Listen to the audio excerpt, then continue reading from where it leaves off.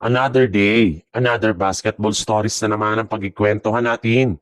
At ngayon nga, yung balitang pagkapanalo ngayong araw ng Los Angeles Lakers at ang pinakahuling inilabas na trade update kay Anthony Davis. Tagumpay ulit nga na naipanalo muli ng Los Angeles Lakers ang kanilang game ngayong araw laban sa New Orleans Pelicans.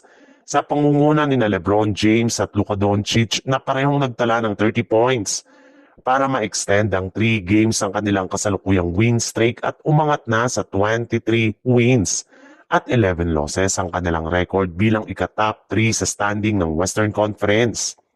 Pero hindi nga kagaya ng mga nagdaan nilang laban, ay mas maganda na nga ang performance ng kanilang team, especially ang kanilang center na si DeAndre Ayton na kumuha ng 18 points at 13 rebounds sa kanyang 9 out of 16 shooting sa field goal. Yes, umabot na nga ng double digit ang field goal ngayon ni Ayton na nangangahulugan na pinapasahan na siya ng kanilang mga teammates.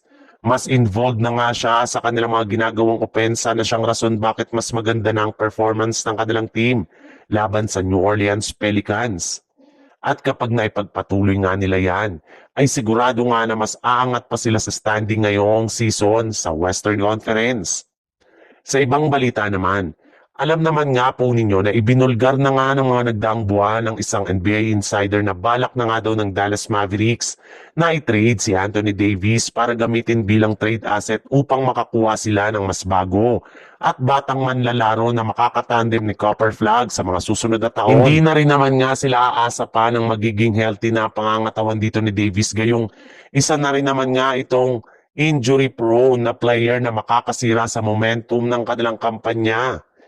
Pero simula nga nang magpakitang gila si Anthony Davis sa kanilang mga nakalipas na laban, ay inamin na nga agad ng mismong front office na wala na silang plano pa na ipamigay si AD sa ibang team ngayong season. Balak muna nga nilang hintayin na mabuong muli ang kanilang lineup sa pagbabalik ni Kyrie Irving upang malaman nila kung kaya pa ba ng kanilang team na makapag-compete sa kampyonato. At kapag nangyari nga yan ay saka pa lang naman nga sila magdidesisyon kung ititrade nila si Anthony Davis o hindi.